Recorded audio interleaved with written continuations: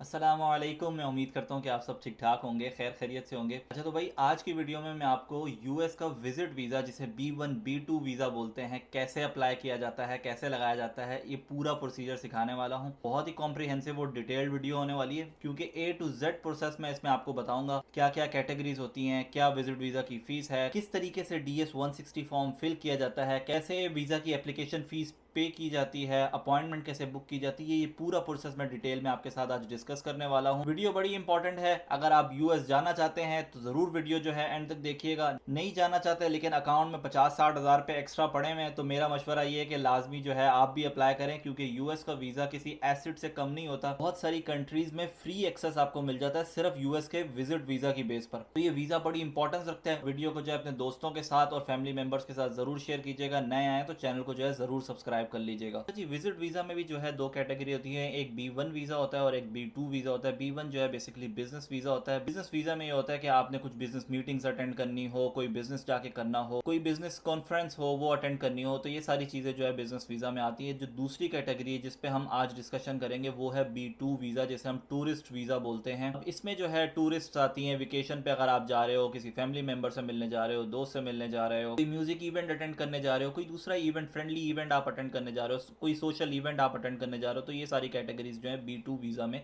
आती हैं। थोड़ी सी बात कर लेते हैं इस यूएस विजिट वीज़ा के प्रोसेस के बारे में। इस प्रोसेस को जो है ना 5 हिस्सों में हमने डिवाइड किया है। 5 हिस्से क्या हैं? सबसे पहले आपने DS-160 एप्लीकेशन फॉर्म फिल करना होता है। दूसरा जो है उसमें फोटो अपलोड करनी होती है। तीसरा जो है आपने फीस की पेमेंट करनी होती है और चौथा आपने इंटरव्यू की अपॉइंटमेंट बुक करनी होती है और पांचवा आपने इंटरव्यू देना होता है और उसकी बेस पर आपको वीज़ा मिल जाता है। अब जो है आ जाते हैं DS-160 एप्लीकेशन फॉर्म पर, जो हमारा स्टेप 1 है। अगर वीडियो देखने के बाद आपके कोई क्वेश्चन हो तो वो आप कमेंट सेक्शन में मुझसे पूछ सकते हैं। सबसे पहले यूएस की ऑफिशियल वेबसाइट पर आ जाएंगे, उसके बाद नीचे जाएंगे और यहाँ पर वो DS-160 लिखा हुआ है ना, DS-160 पे हम क्लिक करेंगे। इस लोकेशन पर आप हैं जहाँ से आप अप्लाई कर रहे हैं, उस लोकेशन को आप सेलेक्ट कर लेंगे। मैं हैलिफैक्स सेलेक्ट कर लूँगा।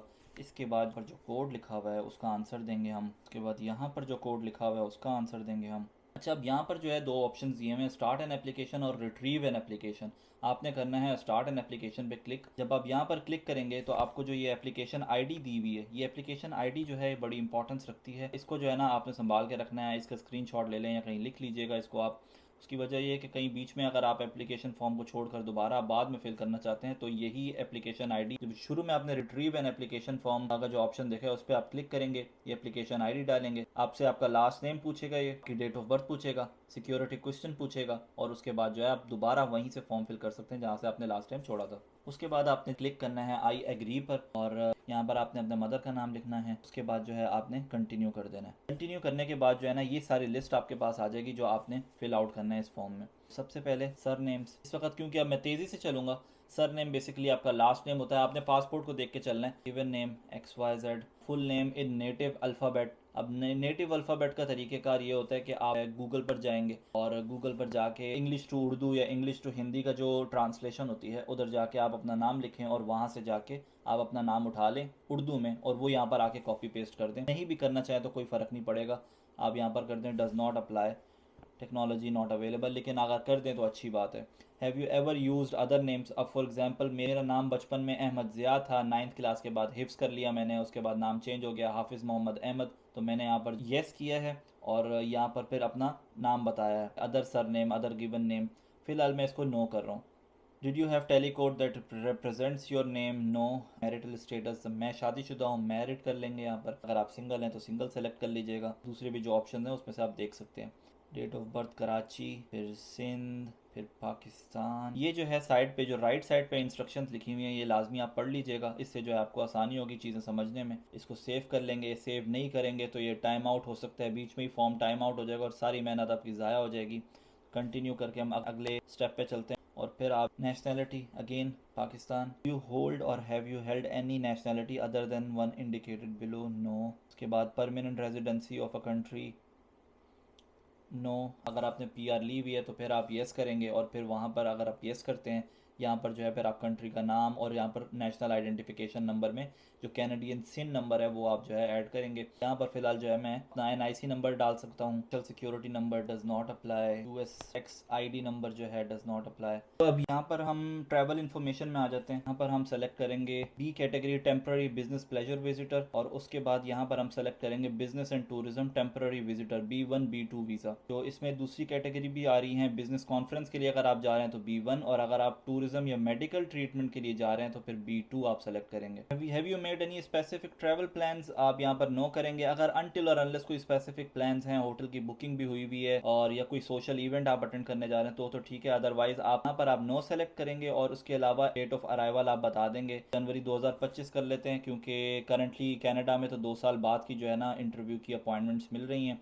इंटेंडेड लेंथ ऑफ स्टे हम यहाँ पर वीक्स करेंगे सेलेक्ट, और उसके बाद 2 वीक्स करेंगे। एड्रेस लाइन या किससे मिलने जा रहे हैं आप उसका एड्रेस बता सकते हैं, और अगर जो कोई नहीं है जानने वाला तो फिर आप ये कर सकते हैं कि आप होटल की बुकिंग, होटल का नाम और उसका एड्रेस यहाँ पर बता सकते हैं। हम खुद अफोर्ड कर रहे हैं अपने इस टूर को। ट्रैवल कंपेनियंस, अगर आप अपनी वाइफ के साथ, बीवी बच्चों के साथ अगर ट्रैवल कर रहे हैं तो यहाँ पर आप लिख दें are there any other person travelling with you. आप येस करेंगे तो फिर ये उनकी डिटेल्स मांगेगा। मैंने जो अप्लाई किया था, मैंने अकेले के लिए अप्लाई किया था, तो मैं फ़िलहाल इसको नो अप्लाई कर रहा हूँ। Have you ever been in the US, no. Have you ever been issued a US visa, जो जिन्होंने रिन्यू करवाना होता है वो जो है इसको यस कर सकते हैं। Have you ever been refused a US visa, यहाँ पर आपने सच बताना है। अगर आपका रिफ्यूज़ल आया हुआ है तो आप यस कर दें। यहाँ पर हम सेलेक्ट कर रहे हैं no. Has anyone ever filed an immigrant petition, अगर आप ग्रीन कार्ड के लिए अप्लाई कर चुके हैं या किसी और ने आपके बिहाफ पे अप्लाई किया है तो आप यस कर दें। और नेक्स्ट स्टेप में हमारे पास क्या आ रहा है, एड्रेस एंड फ़ोन नंबर। आप जहाँ पर रह रहे हैं, मिसाल के तौर पर मैं हैलिफैक्स में रह रहा हूँ तो यहाँ पर हम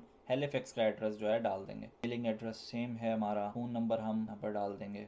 have you ever used any other phone numbers in the last 5 years, अब मिसाल के तौर पर मैंने पाकिस्तानी नंबर यूज़ किया हुआ है, मेरे पास दूसरा नंबर भी है, तो वहाँ यहाँ पर मैं एक और नंबर मेंशन कर दूंगा। कोई और नंबर होगा तो ऐड अनदर करेंगे, और यहाँ पर एक और नंबर जो है आप ऐड कर देंगे। ईमेल एड्रेस, यहाँ पर ईमेल एड्रेस आप अपना मेन ईमेल एड्रेस रखना, क्योंकि सारी ईमेल्स फिर और सारी अपडेट्स आपको उसी ईमेल पर मिलेंगी। कोई और अगर ईमेल एड्रेस है तो वो आप मेंशन कर दें। सोशल मीडिया पे मेरे 4 अकाउंट्स हैं, फेसबुक, इंस्टाग्राम और यूट्यूब, तो ये सारे जो है ना मैंने यहाँ पर मेंशन किए थे। फॉर द टाइम बिंग हम यहाँ पर सिर्फ फेसबुक सेलेक्ट कर लेते हैं। और फेसबुक जब हमने सेलेक्ट किया तो अब ये पूछ रहा है कि किस नाम से आप पहचाने जाते हैं, वहाँ पर अहमद ज़िया आप सर्च करेंगे तो आपको मैं नज़र आ जाऊँगा। लिंक्डइन भी है, लिंक्डइन पे भी मेरी प्रोफाइल है। तो सारे जो है ना अपने अकाउंट जहाँ जहाँ आपकी प्रोफाइल्स हैं वहाँ पर आपने उसको सेलेक्ट करना है।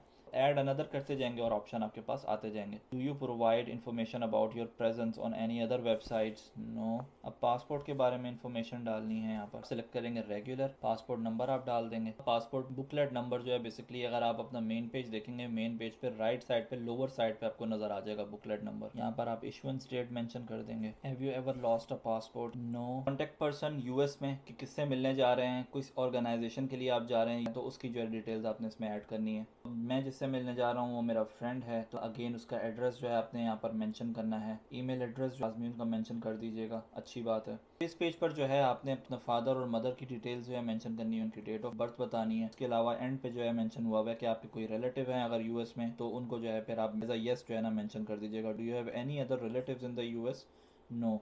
और ये करके आप सेव करके आगे बढ़ जाएं। तो इस पेज पर जो है स्पाउस की डिटेल्स आपने बतानी है सारी, उनका नाम, उनकी डेट ऑफ बर्थ, और अगर स्पाउस आपके साथ रह रही हैं तो उनका एड्रेस जो है सेम एज होम एड्रेस कर दें या मेलिंग एड्रेस, क्योंकि हमने पीछे जो है मेंशन किया था कि मेलिंग एड्रेस और होम एड्रेस सेम है, तो एक ही बात है। इस पेज ने सबसे ज़्यादा मेरा टाइम लिया था, क्योंकि एक तो एजुकेशन ज़्यादा है और उसके बाद फिर एक्सपीरियंस भी बहुत ज़्यादा है, तो ये फिर लाइन से जो है डिटेल्स यहाँ पर चलती है। अब यहाँ पर इन्होंने प्राइमरी ऑक्यूपेशन मांगी है, मतलब मेरी जो करंट ऑक्यूपेशन है उसका कोई ऑप्शन आ नहीं रहा, तो मैंने यहाँ पर अदर सेलेक्ट कर लिया। अदर के बाद स्पेसिफाई अदर हम यहाँ पर लिख देते हैं एक्सटर्नल ऑडिटर। यहाँ पर आप अपने एम्प्लॉयर का नाम लिख देंगे, एम्प्लॉयर का जो एड्रेस है वो आप मेंशन करेंगे।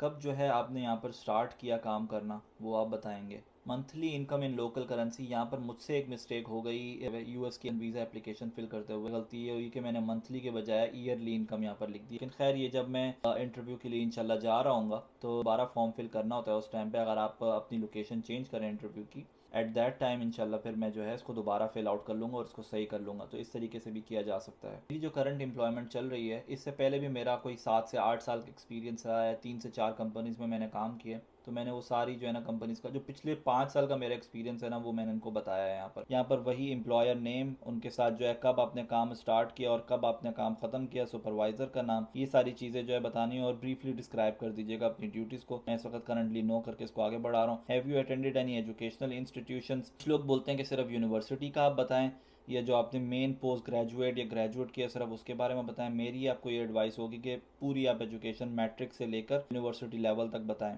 अगर हम इसको येस सेलेक्ट करें तो नेम ऑफ इंस्टीट्यूशन मतलब स्कूल का नाम, स्ट्रीट एड्रेस, सिटी और स्टेट प्रोविंस आ जाएगा, जिप कोड आ जाएगा, कंट्री जिस कंट्री में आपने पढ़ा है, और कोर्स ऑफ स्टडी में अगर फॉर एग्जांपल आप बीकॉम के बारे में बता रहे हैं तो ग्रेजुएट, इंटरमीडिएट के बारे में बता रहे हैं तो हाई स्कूल, और अगर मैट्रिक के बारे में बता रहे हैं तो जूनियर हाई स्कूल भी आप मेंशन कर सकते हैं। Do you belong to a clan or tribe? ज़्यादातर इसका आंसर नो ही होता है। Language name, provide a list of names, हम यहाँ पर इंग्लिश लिख लेते हैं। ऐड अनदर, उर्दू, हिंदी, आपको जो भी लैंग्वेज आती है उसके बारे में आप यहाँ पर मेंशन करें। Have you travel to any countries regions with in the last 5 years? मैंने ओमान ट्रैवल किया है, मैंने सऊदीया ट्रैवल किया है, तो मैंने यहाँ पर कंट्रीज़ के नाम जो है मेंशन कर दिए। हम यहाँ पर कोई भी एक सेलेक्ट कर लेते हैं, इटली, और आगे चलते हैं। Belong to, contributed to or work for any other professional, यहाँ पर सारे जो है ज़्यादातर नो आ जाएंगे। You do you have any experience, specialize skills, training? इसमें ज़्यादातर जो आंसर्स होंगे वो ज़्यादातर नहीं बल्कि मेरे ख्याल से तो 100% आंसर्स नो ही होते हैं। तो इसको मैं तेज़ी तेज़ी से चला देता हूँ अभी फ़िलहाल। यहाँ पर अगर आप येस सेलेक्ट करते हैं तो फिर आपको उसको एक्सप्लेन करना पड़ेगा कि कौन सी आपको बीमारी है, क्या आपने ऐसा काम किया है। तो देख लीजिएगा जो भी आप सच है वो आप इसमें मेंशन कीजिएगा। और मैं कह रहे हैं कि हैव यू सॉट ऑब्टेन, किसी से असिस्टेंस तो नहीं है अपने लिए फॉर्म फिल करवाने में। Have you ever been removed or deported from any country? No. यहाँ पर आप बात कर लेते हैं फ़ोटो के बारे में।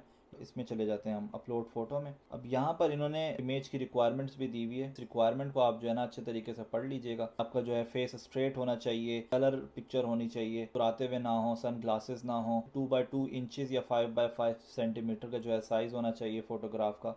तो ये वो सारी चीज़ें जिसका आपको ख्याल करना है। तो की जो रिक्वायरमेंट्स होगी वो भी मैं अपनी यूट्यूब की वीडियो के डिस्क्रिप्शन में डाल दूंगा, तो लिंक वहाँ से आप फॉलो कीजिएगा, आप वेबसाइट पर आइएगा और आप आराम से उसको वहाँ से देख सकते हैं, गाइडेंस ले सकते हैं।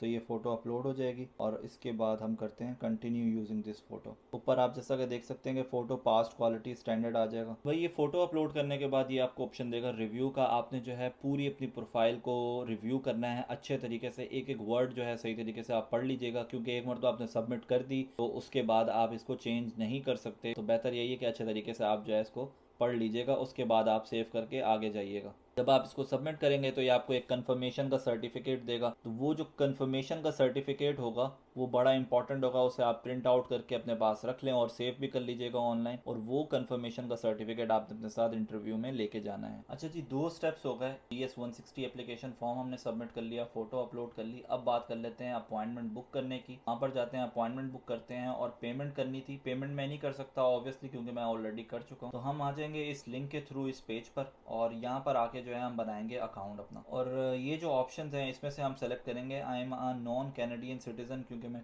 कैनेडियन सिटीजन नहीं हूँ, residing in Canada who has completed the US non immigrant visa application DS-160 form and want to apply for a visa. तो इस तरीके से जो है गिवन नेम और सर नेम आएगा।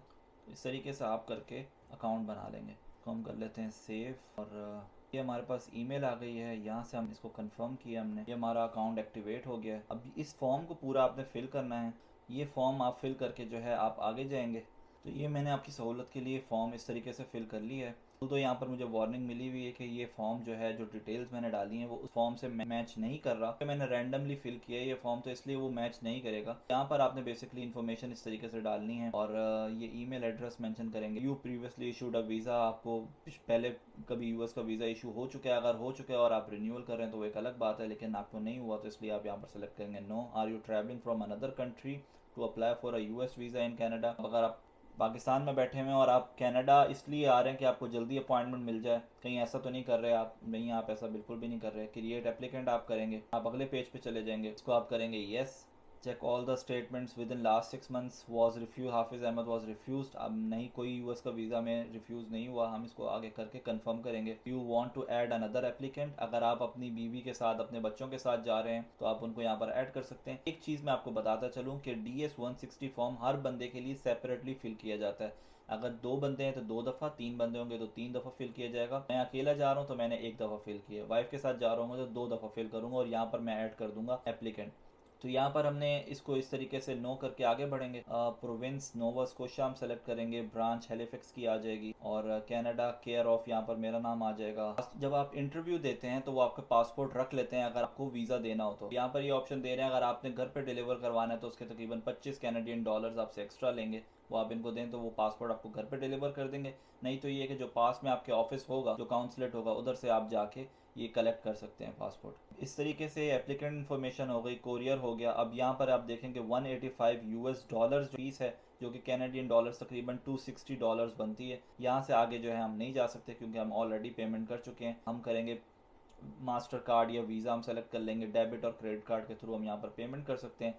तो जैसे ही हो जाएगा, नेक्स्ट चीज़ जो होगी वो शेड्यूल होगा कि आपने कब जो है अपनी अपॉइंटमेंट बुक करवानी है। जिस भी मुल्क में आपने सेलेक्ट किया होगा उस मुल्क में 3-4 ऑप्शन ये आपको दे देंगे, इसमें से आप जिस भी सिटी में आप इंटरव्यू देना चाहते हैं या जिसमें भी जो है अर्ली अपॉइंटमेंट मिल रही है वो अपॉइंटमेंट आप सेलेक्ट करें और अपनी अपॉइंटमेंट बुक करवा। बड़ी इंपॉर्टेंट एडवाइस मैं आपको देता चलूँ, इन केस अब मिसाल के तौर पर कनाडा में 2 साल बाद की अपॉइंटमेंट्स मिल रही है, मुझे 2026 जनवरी की अपॉइंटमेंट मिली है। कहा जाता है कि लेट इवनिंग्स में या अर्ली मॉर्निंग्स में जो है ना आप ज़रूर चेक करें, चांसेस होते हैं कि किसी बंदे ने कैंसिल की हो अपनी अपॉइंटमेंट और उसकी जगह पे वो स्लॉट अवेलेबल हो और आप वो स्लॉट बुक करवा सकते हैं। डॉक्यूमेंट्स क्या क्या रिक्वायर्ड होंगे कि जब आप इंटरव्यू देने के लिए जा रहे होंगे, एक आपका पासपोर्ट चाहिए होगा, दूसरा आपका एप्लीकेशन सर्टिफिकेट जो आपको मिला था, जो आपने DS-160 फॉर्म सबमिट किया उसके बाद जो आपको सर्टिफिकेट मिला है वो आपको चाहिए होगा, जब पेमेंट की है रिसीट वो आपको चाहिए होगी। जैसे ही आप ये DS-160 फॉर्म सबमिट करते हैं, एक अपॉइंटमेंट लेटर की आपको ईमेल आती है, वो आप प्रिंट आउट करवा के लेके जाइएगा। एक फ़ोटो चाहिए होगी 5x5 सेंटीमीटर या 2x2 इंचज़ की। उसके अलावा वो फैमिली मेम्बर्स आपके साथ जाएंगे कि जिनके साथ आपने ये विजिट वीज़ा अप्लाई किया है। और अगर आप कनाडा में हैं तो प्रूफ ऑफ लीगल स्टेटस, मतलब मेरा मिसाल के तौर पर वर्क परमिट है तो मैं वर्क परमिट लेके चला जाऊंगा, कोई स्टडी परमिट पे है तो वो स्टडी परमिट लेके चला जाएगा, तो ये डॉक्यूमेंट ज़रूरी होगा। तो ये वो सारे डॉक्यूमेंट्स हैं आपको साथ लेके जाने पड़ेंगे। अब ये 4-5 स्टेप्स जो थे वो आपने पूरे कर लिए। अब आखिरी स्टेप रह गया कि आपने इंटरव्यू देने के लिए जाना है। अब सवाल ये उठता है कि क्या क्या सवालात जो है वो आपसे पूछ सकता है। ये सवालात कोई ज़्यादा मुश्किल सवालात नहीं होते, उनका मेन मकसद ये होता है कि आप क्यों आ रहे हो, पर्पस ऑफ विजिट क्या है यूएस का। आपने अपना पर्पस ऑफ विजिट बताना है कि मैं अपने दोस्त से मिलने आ रहा हूँ। वो आपसे ये पूछेंगे कि आप वापस कब जाओगे, आप उनको ये डेट बता दें। अगर आप मैरिड हो, आपके बच्चे हैं, तो आप, मेरा ये मशवरा है कि आप अपने साथ मैरिज सर्टिफिकेट लेके जाएं, बर्थ सर्टिफिकेट लेके जाएं। और अगर आप बिजनेसमैन हैं तो उसके लिए तो बैंक स्टेटमेंट लाजमी होगी। और अगर आप जॉब होल्डर हैं तो आप अपने साथ पिछले 3-4 महीनों की पे स्टब्स लेके चले जाएं। उसके अलावा एक एम्प्लॉयमेंट वेरिफिकेशन लेटर लेके चले जाएं जिससे वो आपकी सैलरी को, आपकी इनकम को क्रॉस चेक कर सकें। अगर करना चाहें तो अगर वो आपसे सवाल कर लें तो आपके पास ये डॉक्यूमेंट्स होने चाहिए। इसके अलावा वो आपसे ये सवाल पूछेंगे कि अगर आप अपने दोस्त से मिलने आ रहे हैं तो आपका क्या इंटेंशन क्या है, कौन कौन सी लोकेशंस आप विजिट करेंगे यूएस की, तो आप उनको लोकेशंस बता दीजिएगा। वो बेसिकली आपकी इंटेंशन जानना चाह रहे होते हैं कि यार आप जो पर्पस बता रहे हैं कि आप उसी इंटेंशन के लिए, उसी पर्पस के लिए आ रहे हैं, कोई और पर्पस तो नहीं है आपका। तो इसमें बस आपको उनको सेटिस्फाई करना होगा। मैक्सिमम जो है 5 मिनट का इंटरव्यू होता है, अगर वो सेटिस्फाई हो जाए तो उसी वक्त जो है वो आपको वीज़ा अप्रूव कर देते हैं। तो भाई ये थी आज की वीडियो। कैसी लगी आपको आज की वीडियो? अगर आपके कोई सवालात हो, कोई चीज़ समझ ना आई हो, कमेंट सेक्शन में बिला झिझक जो है पूछिएगा, मैं इंशाल्लाह आपको जो है ज़रूर उसका रिस्पॉन्स दूंगा। इस वीडियो को जो है लाइक कीजिएगा, दोस्तों के साथ ज़्यादा से ज़्यादा शेयर कीजिएगा और मुझे अपनी अच्छी सी दुआओं में याद रखिएगा। जज़ाकल्लाह खैरन। अल्लाह हाफिज़।